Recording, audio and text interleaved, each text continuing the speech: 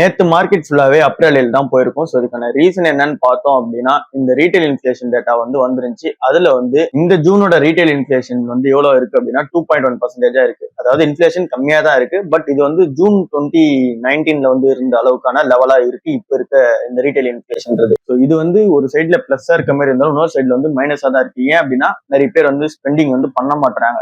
Spending பண்ண மாட்டாங்க அப்படின்னா காசு இருந்தா தான் மேபி ஸ்பெண்டிங் பண்ணுவாங்க. ஸோ அதுவா இருக்கலாம். இல்ல ரீசன் இல்ல அப்படின்னா அவங்க எடுத்துட்டு போயிட்டு ஏதோ ஒரு அசட்ஸ்ல இன்வெஸ்ட்மெண்ட் பண்றது அதிகமா பண்ணிட்டு போகலாம். ஸோ இதனால இந்த ஸ்பெண்டிங் குறைஞ்சிருக்கும். ஸோ இதனால இந்த ரீட்டைல் இன்ஃப்ளேஷன் டேட்டா என்ன சொல்ல வருது அப்படின்னா, மக்கள் யாரும் ஸ்பெண்ட் பண்ண மாட்டாங்க அப்படின்றது சொல்ல வருது.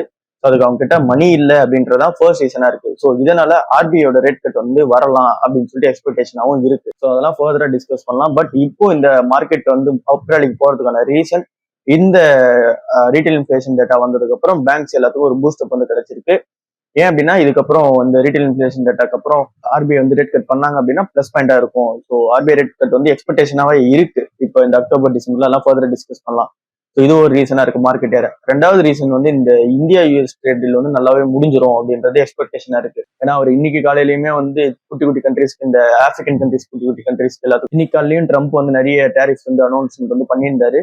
ஸோ இதுல இந்தியாவுக்கு மட்டும் பண்றதுக்கு கொஞ்சம் சான்ஸ் கம்மி அப்படின்ற மாதிரி எக்ஸ்பெக்டேஷன் இருக்கு. ஸோ இந்த ஒரு ரீசன் நல்லா இந்த மார்க்கெட் ஏறி இருக்கு. அண்ட் தென் ஆட்டோமொபைல் ஸ்டாக்ஸ் எல்லாமே நல்லா ஏறி இருக்கு. இதுல இந்த ஹீரோ மோட்டார்ஸ், பஜாஜ் ஆட்டோ இது எல்லாமே சூப்பரா ஏறி இருக்கு. அதுக்கு அடுத்த லெவலா வர்றது எல்லாமே இந்த ஃபார்மா கம்பெனிஸ்மே இருக்கு. சன்ஃபார்ம் எல்லாம் ஒரு 2% கிட்ட ஏறி இருக்கு. இந்த மாதிரி ஃபார்மா கம்பெனிஸ், ஆட்டோமொபைல்ஸ், ஸோ இது எல்லாமே இந்த யூஎஸ் ட்ரேட் டீல் சம்பந்தமான ஒரு விஷயம். ஸோ இது எல்லாமே நல்லா இருக்கும் அப்படின்றது எக்ஸ்பெக்டேஷனா இருக்கு. ஐடி தவிர மீதி இருக்க எல்லா ஸ்டாக்ஸுமே நல்லா தான் பெர்ஃபார்மன்ஸ் பண்ணிக்கிட்டு இருக்கு. இப்போ இருக்க ஓவரால் மார்க்கெட் கண்டிஷன்ல ருப்பியோட மூவ்மெண்ட் பார்த்தாலுமே ஒரு 0.17% அப் ஆயிருக்கு. அதாவது ருப்பி வேல்யூ லெஸ்ல இருந்து இப்போ கொஞ்சம் ஹையா இருக்கு. 86 ரூபாய் கிட்ட இருந்தது இப்போ 85.82 ரூபா இருக்கு. ஸோ இது இந்த டாலர் எந்த அளவுக்கு ஸ்டெபிலைசேஷன் குறைச்சிட்டு வருது அப்படின்றத நோட்டீஸ் பண்ணுது.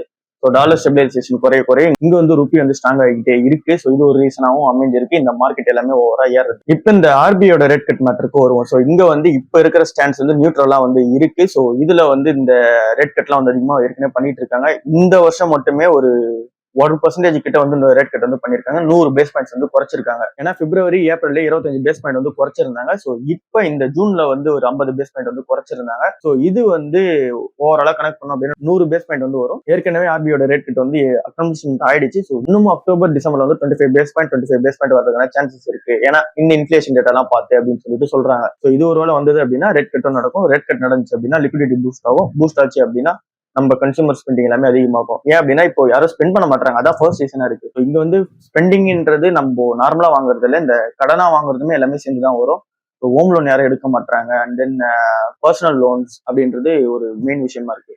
ஸோ இதனால இந்த ஒரு ரீட்டைல் இன்ஃப்ளேஷன் டேட்டா அதுதான் ஷோகேஸ் பண்ணுதுன்னு சொல்றாங்க. ஆர்பிஐயோட கவர்னர் அந்த சஞ்சய் மல்ஹோத்ரா என்ன சொல்றாரு அப்படின்னா, இப்ப இந்த குவார்டர் ஆன் குவார்டர் பேஸ் பண்ணி நாங்க இந்த ரேட் கட்ஸ் எல்லாம் டிசைட் பண்ண மாட்டோம். ஸோ இது ஒரு ஃபுல் இயரோட ஜட்மெண்டா தான் இருக்கும். அண்ட் தென் இது வெறும் இன்ஃபிளேஷன் டேட்டா ஃபிகர் மட்டுமே வச்சு நாங்க இந்த ரேட் கட் பண்ண மாட்டோம். அந்த growth நம்பரோட ஃபிகரே நாங்க கன்சிடரேஷன் பண்ணி தான் இந்த ரேட் கட் எல்லாம் பண்ணலாமா வேணாமான்றதை டிசைட் பண்ணுவோம் அப்படின்னு சொல்றாரு.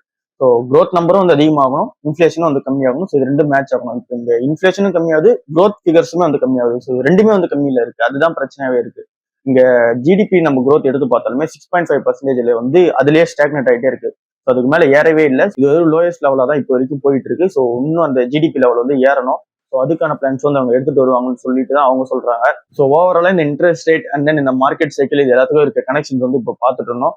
ஸோ சிம்பிளான கனெக்ஷன் தான். இங்க இன்ஃபிளேஷன் டேட்டா அண்ட் தென் இந்த growth இது எல்லாமே வச்சு இந்த ஆர்பிஐ டிசிஷன் எடுப்பாங்க. மக்கள் கிட்ட மணி ஸ்பெண்டிங் இருக்கா அப்படின்னு சொல்லிட்டு. ஸோ மக்கள் எல்லாரும் அசெட் குவாலிட்டிக்கு மூவ் பண்றாங்க அப்படின்னா மேபி டிஃப்ளேஷன் வரதுக்கான சான்சஸும் இருக்கு.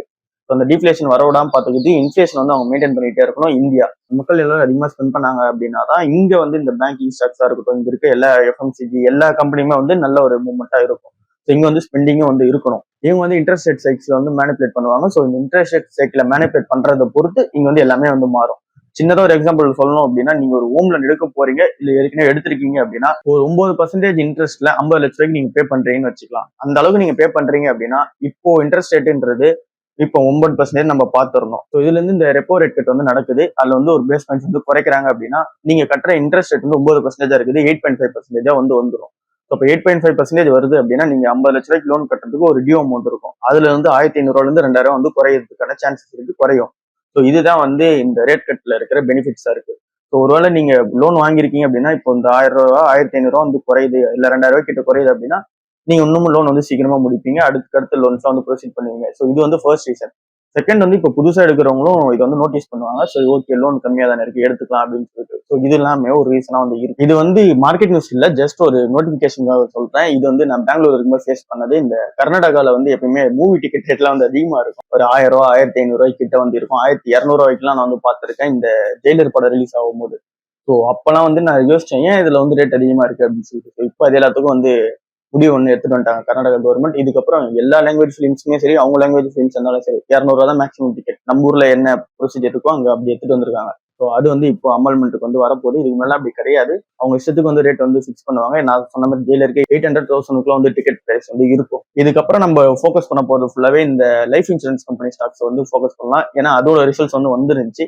அது எல்லாமே சூப்பரா இருக்கு. இந்த லைஃப் இன்சூரன்ஸ் கம்பெனிஸ் எல்லாம் வாங்கலாம்னு சொல்லிட்டு ஒரு ஆசையும் இருக்கு. பட் எல்லாமே ஓவர் பிரைஸ்டா இருக்கு. அதெல்லாம் என்ன இதெல்லாம் டிஸ்கஸ் பண்ணலாம். ஃபர்ஸ்ட் வந்து இந்த HDFC லைஃபோட Q1 வந்து வந்துருந்துச்சு. ஸோ அதை எடுத்து பார்த்தோம் அப்படின்னா ஸ்ட்ராங் ஃபண்டமெண்டல்ஸா இருக்கு. ஃபுல்லாவே நம்ம ப்ராஃபிட் ஆஃப்டர் டாக்ஸ் எடுத்து பார்த்தாலும் அதிகமா இருக்கு, வேல்யூ நியூ பிசினஸ்மே அதிகமா இருக்கு, நியூ பிசினஸ் மார்ஜினும் அதிகமா இருக்கு, பிரீமியம் இன்கம் அதிகமா இருக்கு, மார்க்கெட் ஷேர் பார்த்தாலும் அதிகமா இருக்கு, அசெட் அண்டர் மேனேஜ்மெண்ட் பார்த்தாலும் அதிகமா இருக்கு. ஸோ இது எல்லாமே வந்து அப்பா இருக்கு அப்படின்னு சொல்லிட்டு சொல்றேன். ஃபுல்லாவே வந்து ஒரு ஸ்ட்ராங் ஃபண்டமெண்டல்ஸா இருக்கு இந்த HDFC லைஃப் என்ற கம்பெனிக்கு. இதுல நம்ம வந்து இந்த ப்ராஃபிட்ஸ் தெரியும், இந்த ரெவன்யூ செக்மெண்ட் தெரியும், மார்க்கெட் ஷேர் தெரியும், அசெட் அண்டர் மேனேஜ்மெண்ட் தெரியும். அது என்ன புதுசா வந்து வேல்யூ நியூ பிசினஸ் அந்த நியூ பிசினஸ் மார்ஜின் அப்படின்னா வேல்யூ நியூ பிசினஸ்ன்றது இந்த HDFC லைஃப் இல்ல நீங்க எந்த இன்சூரன்ஸ் கம்பெனி அனலைஸ் பண்ணாலும் Q1 ரிப்போர்ட்ல உங்களுக்கு வந்து இது இருக்கும். இந்த வேல்யூ நியூ பிசினஸ்னா என்ன அப்படின்னா இப்போ ஒரு லைஃப் இன்சூரன்ஸ் வந்து விற்கிறாங்க ஒருத்தவங்க கிட்ட, அவங்க வந்து ஆப்வியஸ்லி ஒரு 5 வருஷம் இல்ல 10 வருஷம் வந்து கட்ட போறாங்க, இல்ல ஒரு வருஷத்துக்கு மேலதான் கட்ட போறாங்க. இப்போ நம்ம ஒரு பாலிசி எடுக்கிறோம் அப்படின்னா இந்த 2025 அங்க இருந்து ஒரு 2030 35 இல்ல 40 அது வரைக்கும் நம்ம கட்டுவோம். சோ இப்போ இங்க இருந்து நம்ம பிசினஸ் வந்து ஸ்டார்ட் ஆகுறது அந்த கம்பெனிக்கு 2040 வரைக்கும் நம்ம கட்ட போறோம். நம்ம எடுத்ததுன்னா 2025. இது வந்து ஒரு நியூ பிசினஸ் தான். இங்க இருந்து ஒரு 2040 வரைக்கும் அவங்க கம்பெனிக்கு ஒரு பிசினஸ் வந்து ரன் ஆக போகுது நம்ம மூலமா. இந்த மாதிரி இப்போ ப்ராடக்ட் எடுத்து அது வந்து ஃபியூச்சர்லயும் வந்து நம்ம காசு கட்ட போறதா உங்களுக்கு பிசினஸ் தான். இந்த மாதிரி வேல்யூ நியூ பிசினஸ் சொல்லிட்டு இதை தான் மென்ஷன் பண்ணுவோம். இது வந்து எல்லா லைஃப் இன்சூரன்ஸ் கம்பெனியுமே பார்க்கணும். இது எவ்வளவு அளவுக்கு அதிகமாகதோ அந்த அளவுக்கு வந்து அந்த கம்பெனி நல்லா பெர்ஃபார்மன்ஸ் ஆயிட்டு இருக்குன்னு அர்த்தம். ஸோ இது எல்லாமே சூப்பரா போயிட்டு இருக்கு. இந்த கம்பெனிக்கு ரொம்ப ஸ்ட்ராங் ஃபண்டமெண்டல்ஸா இருக்கு. இந்த HDFC லைஃபோட இந்த ரிசல்ட்ஸ் பார்க்கும்போது எல்லாமே 20%, 14%, 15% வந்து அப்ல இருக்கு. ப்ராஃபிட்ல இருந்து ரெவன்யூல இருந்து நீங்க எதை எடுத்து பார்த்தாலுமே. இந்த கம்பெனியோட MD and CEO விபா படேல்கர் என்ன சொல்றாங்க அப்படின்னா அவங்க வந்து ஒரு விமன் CEO தான். ஸோ அவங்க என்ன சொல்றாங்க அப்படின்னா எங்களோட கம்பெனி வந்து சூப்பரா போயிட்டு இருக்கு, எங்களோட பாலிசிஸ் அண்ட் தென் ப்ராடக்ட்ஸோட கேட்டகரிஸ் வந்து நிறைய மிக்ஸ்ல வந்து இருக்கு, ஸோ இது எல்லாமே சூப்பரா பெர்ஃபார்மன்ஸ் பண்ணிட்டு இருக்கு அப்படின்னு சொல்லிட்டு சொல்றாங்க.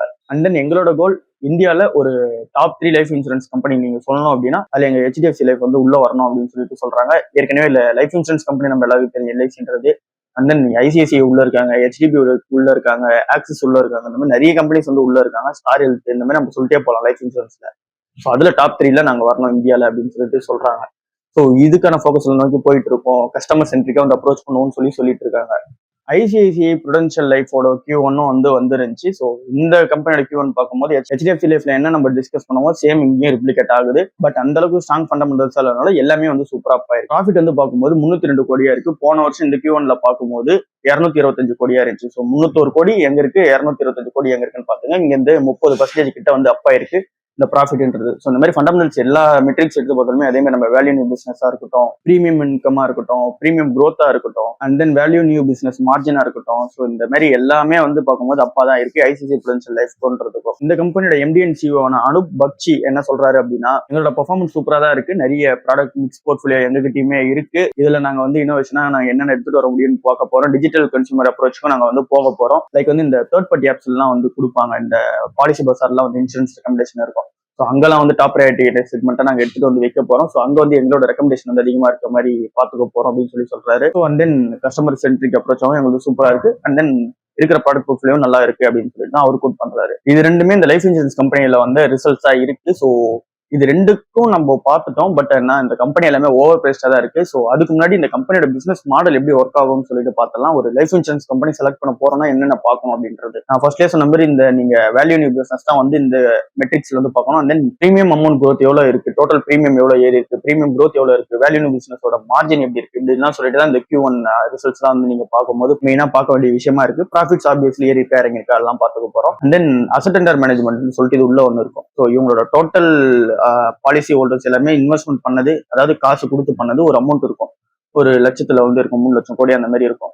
அதை எடுத்துட்டு போய் இவங்க ஒரு இடத்துல இன்வெஸ்ட்மெண்ட் பண்ணுவாங்க, அதுல இருந்து ஒரு ரிட்டர்ன்ஸ் வரும். ஸோ அதை வச்சுதான் ஒருவேளை பாலிசி ஹோல்டர்ஸ்க்கு ஏதோ ஒரு லைஃப் இன்சூரன்ஸ்ல ஏதாவது பிரச்சனை ஆயிடுச்சு அப்படின்னா அந்த அமௌண்ட் வந்து திருப்பி கொடுப்பாங்க. ஸோ அது எல்லாத்தையும் மெயின்டைன் பண்றதுக்கு உங்களோட அசட் மேனேஜ்மெண்ட்டும் வந்து இன்க்ரீஸ் ஆகிட்டே போகணும். அது எந்த அளவுக்கு சூப்பரா இருக்கணும் பார்க்கணும். ஸோ இது எல்லாமே உங்களோட குவார்டர்லி ரிசல்ட்ஸ் இந்த மாதிரி விஷயத்தெல்லாம் நம்ம நோட்டீஸ் பண்ண முடியும்.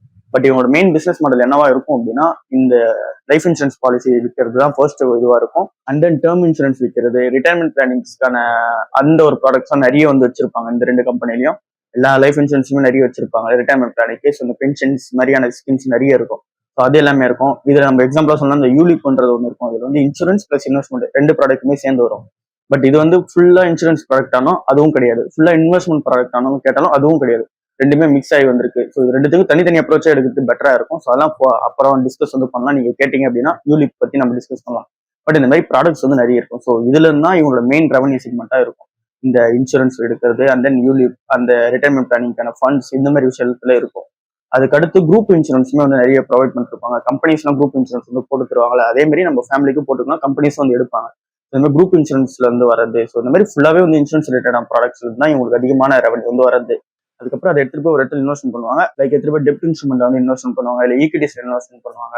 அதுல இருந்து வர ரிட்டர்னுமே இருக்கு. ஸோ இது எல்லாமே தான் இவங்களோட ஓவரால் பிசினஸ் ரெவன்யூ ஆயிருக்கு. அது தனி நம்ம ப்ரீமியம் கட்டுறது, இதுக்கான ஃபீ, கமிஷன்ஸ், அண்ட் நம்ம டிலே பண்ணிட்டோம் ஒரு பேமெண்ட் கட்டல அப்படின்னா அதுக்கான அந்த ஒரு சார்ஜஸ். ஸோ இந்த மாதிரி விஷயம்லாம் தான் இவங்களோட ரெவன்யூ செக்மெண்டா இருக்கு. ஸோ ஃபுல்லாவே இன்சூரன்ஸ் அந்த ரிலேட்டட் ப்ராடக்ட்ஸ் தான் இவங்களோட ஃபோக்கஸ் இருக்கு. சரி, இப்போ நம்ம இந்த ரெண்டு கம்பெனி டிஸ்கஸ் பண்ணோம், HDFC life and then ICICI Prudential life. இந்த கம்பெனி எல்லாம் இப்போ வாங்கலாமான்னு சொல்லிட்டு நான் செக் பண்ணும்போது அந்த மெட்ரிக்ஸ் எடுத்து பார்த்தாலே ரொம்பவே இம்ப்ரெசிவா இருக்கு. ஏன் அப்படின்னா அதிகமா இருக்கு. இப்போ என்ன ரீசன்னா ஒரு இப்போ HDFC லைஃப் எடுத்தோம் அப்படின்னா அதோட பிரைஸ் டு புக் வந்து பார்க்கும்போது 13 வந்து இருக்கு மீடியனே. அதுல இருந்து இப்போ வந்து ட்ரேட் ஆகுது 10ல வந்து ட்ரேட் ஆகிட்டு இருக்கு. ஸோ இது எல்லாமே ஸ்கிரீன் டேட்டா தான். ஸோ 10 பிரைஸ் டு புக்ன்றது எவ்வளவு அதிகம்ன்றது உங்களுக்கு தெரியும். ஒரு லோன் கம்பெனிக்கு நம்ம இன்சூரன்ஸ் கம்பெனி இதை தான் பார்க்கணும். ஸோ அப்படி பார்க்கும்போது ரொம்ப அதிகமா இருக்கு. அந்த புக் வேல்யூ பார்த்தாலுமே ரொம்பவே அதிகமாக தான் இருக்கு. ஸோ இது எல்லாமே வந்து ரொம்ப அதிகமாக தான் இருக்கு. ஐசிஐசிஐ லைஃப் எடுத்து பார்த்தாலுமே ஒரு 7-8 தான் வந்து இருக்கு. இந்த ரெண்டு கம்பெனியோட புக் வேல்யூ எடுத்து பார்த்தாலுமே ஒரு 80-90 தான் இருக்கு. பட் பிரைஸ் வந்து 600, 700, 800 வந்து இருக்கு. ஸோ பார்க்கலாம், இது எல்லாமே கரெக்ஷன் ஆச்சு அப்படின்னா உள்ள போறதுக்கு. பட் இப்போதைக்கு எல்லாமே ஓவர் பிரைஸ் தான் இருக்கு. இப்போ ரீசெண்டா லிஸ்ட் ஆன HDB ஃபினான்ஷியலோட Q1 வந்துருந்துச்சு. அது எப்படி இருக்குன்றதெல்லாம் டிஸ்கஸ் பண்ணலாம். நெட் ப்ராஃபிட் டவுன் ஆயிருக்கு 2.4%. பட் அதை தாண்டி எல்லாமே சூப்பரா தான் இருக்கு. இந்த சீக்வென்ஷியல் growth-ஆ பார்க்கும்போது அதிகமா இருக்கு. And then net interest income, revenue from operation, pre provision operating profit, இது எல்லாமே வந்து அப்பா இருக்கு. ஸோ ப்ராஃபிட் கொஞ்சம் டவுன் ஆயிருக்கு. அதை தவிர மீதி எல்லாம் எடுத்து பார்த்தாலுமே சூப்பரா தான் இருக்கு. இதோட Q1 பார்க்கும்போது ப்ராஃபிட் தவிர மீதி எல்லாமே நல்லா தான் இருக்கு. இந்த கம்பெனியோட மேனேஜ்மெண்ட் என்ன சொல்றாங்க அப்படின்னா கரெக்டா தான் எங்களுக்கு ப்ராஃபிட் வந்து டவுன் ஆயிருக்கு. அதுக்கான ரீசன் NBFC செக்மெண்ட்ல அதிகமான லோன் கொடுக்குறது. ஸோ இது வந்து எங்களோட ப்ரொவிஷன்ஸ் வந்து அஃபெக்ட் பண்ணுது. ஹையர் லோன்ஸ் வந்து நாங்க கொடுக்க ப்ரொவிஷன்ஸுமே வந்து போகுது அப்படின்னு சொல்றாங்க. பட் இப்போ வரைக்கும் இந்த NBFC லோன்ஸ் தான் ஃபோக்கஸ் பண்ணி கொடுத்துட்டு இருக்காங்க. ஸோ அது வந்து இன்னும் எந்த அளவுக்கு நாங்க ஸ்ட்ரென்தன் பண்ண முடியுமோ அதை நாங்க பார்க்கணும். அண்ட் தென் அசட் குவாலிட்டி வந்து இம்ப்ரூவ் பண்றதுக்கு பார்க்கணும் அப்படின்னு சொல்லிட்டு இருக்காங்க. ஸோ இவ்வளவுதான் வந்து இந்த HDB ஃபினான்ஷியலோட Q1 இருக்கு. ஸோ இது வந்து ஆப்வியஸ்லி HDFC லைஃபோட சப்சிடியா தான் இந்த கம்பெனி ஆக்ட் ஆகிட்டு இருக்கு இப்போ வரைக்கும். ஸோ இப்போ இந்த கம்பெனியோட பிசினஸ் மாடல் நம்ம புரிஞ்சுக்கணும் அப்படின்னா சிம்பிளான கான்செப்ட் தான். இவங்களோட கோர் பிசினஸ் வந்து இந்த லோன் கொடுக்கறது தான். மேக்ஸிமம் இந்த வெஹிக்கல் லோன், இல்லை கோல்டு இன்சூரன்ஸ் லோன் வந்து கொடுப்பாங்க. அடுத்த பர்சனல் லோன்ஸ் இந்த மாதிரி விஷயம் தான் வந்து ஃபோக்கஸ் பண்ணி போயிட்டு இருக்காங்க. அண்ட் தென் நம்ம SME இந்த இண்டஸ்ட்ரியல் ஏரியாக்கெல்லாம் வந்து கொடுக்கறதுக்கான லோன் சின்ன செக்மெண்ட்ல NBFC மாதிரி ஆக்ட் ஆகிட்டு இருக்காங்க. ஸோ இந்த செக்மெண்ட்ல லோன் வந்து கொடுத்துட்டு இருக்காங்க. இது எல்லாமே தான் இவங்களோட ப்ராடக்டா வந்து இருக்கு. இந்த கம்பெனியோட ஃபினான்ஷியல் எடுத்து பார்த்தாலுமே நம்ம ஃபர்ஸ்டே டிஸ்கஸ் பண்ணிருப்போம். 4 பிரைஸ் டு புக்ல வந்து இருக்கு. ஸோ அந்த அளவுக்கு இது வேல்யூஷன் ஜஸ்டிஃபை பண்ணுதானா அந்த அளவுக்கு இல்ல. ஸோ உள்ளவே வந்து குறையிட்டோம். HDFC-ல இருக்க மொத்த ஷேர்ஸுமே இந்த HDFC லைஃபா இருக்கட்டும், இல்ல HDFC ஃபினான்ஷியல் சர்வீஸா இருக்கட்டும், HDFC பேங்கா இருக்கட்டும், எல்லாமே வந்து ஹைல தான் வந்து இருக்கு. அதாவது இந்த ஃபண்டமெண்டல்ஸ் எல்லாம் நம்ம எடுத்து பார்க்கும்போது இது எல்லாமே இறங்கிச்சு அப்படின்னா நம்ம உள்ள போறது டைமா இருக்கும். இப்போதைக்கு எதுவும் இறங்குற மாதிரி தெரியல. ஸோ இன்னைக்கு ஓவரால் நியூஸ்ல நம்ம பார்க்கும்போது இதெல்லாம் பெரிய நியூஸா வந்து இருக்கு. நிறைய ஸ்டாக்ஸ் வந்து நம்ம டிஸ்கஸ் பண்ணிருக்க மாட்டோம். ஏன் அப்படின்னா இந்த இன்சூரன்ஸ் செக்மெண்ட்டை பத்தி கொஞ்சம் டிஸ்கஸ் பண்ணலாம், அந்த ப்ராடக்ட் எல்லாம் எப்படி ஒர்க் ஆகும் அப்படின்றதான் ஐடியாவா இருந்துச்சு இந்த வீடியோ மேக் பண்றதுக்கு. அண்ட் தென் இந்த இன்ஃபிளேஷன் டேட்டா வச்சு மார்க்கெட் எப்படி ஆக்ட் ஆகும் அப்படின்றதையும் டிஸ்கஸ் பண்ணலாம் அப்படின்றதான் இந்த வீடியோட ஒரு மோட்டிவேஷனா இருந்துச்சு. ஸோ ஃபுல்லா ரீட்டைல் இன்ஃபிளேஷனால எப்படி மார்க்கெட் மூவ்மெண்ட் ஆயிருக்கு, அது ஒருவேளை இந்த ரெப்போ ரேட் கட் இது எல்லாமே நடந்துச்சுன்னா என்ன மாதிரியான இம்பாக்ட் கிரியேட் ஆகும் அப்படின்லாம் டிஸ்கஸ் பண்ணிப்போம் ஃபர்ஸ்ட் ஹாஃப்ல. செகண்ட் ஹாஃப்ல ஃபுல்லா உங்களுக்கு இந்த லைஃப் இன்சூரன்ஸ் வந்து எப்படி பார்க்கணும், அண்ட் தென் லைஃப் இன்சூரன்ஸ் கம்பெனிஸோட ரிசல்ட்ஸ் எப்படி இருக்கு அப்படின்னா டிஸ்கஸ். அடுத்த வீடியோ வந்து இந்த மியூச்சுவல் ஃபண்ட் எப்படி செலக்ட் பண்ணலாம் அப்படின்னு சொல்லிட்டு ஒரு ஆர்டிகல் பார்த்திருந்தேன். பட் இன்னைக்கு அதை மேக் பண்ண முடியல. போக போக அதை வந்து மேக் பண்ணலாம். ஸோ அது வந்து இன்னும் இன்ட்ரெஸ்டிங்கா இருக்கும்னு நினைக்கிறேன். ஸோ இந்த வீடியோவோட செக்மெண்ட் இது ரெண்டுத்தோட மோட்டிவேஷனா தான் இருந்துச்சு. ஸோ பாருங்க, பார்த்துட்டு உங்களுக்கு புரியல அப்படின்னா திரும்பவும் பாருங்க. இல்ல நிறைய டவுட்ஸ் இருந்துச்சு அப்படின்னா நீங்க திருப்பி சொல்லுவாங்க, திரும்பி இதுக்காக ஒரு ஸ்பெஷலான வீடியோ வந்து மேக் பண்ணலாம்.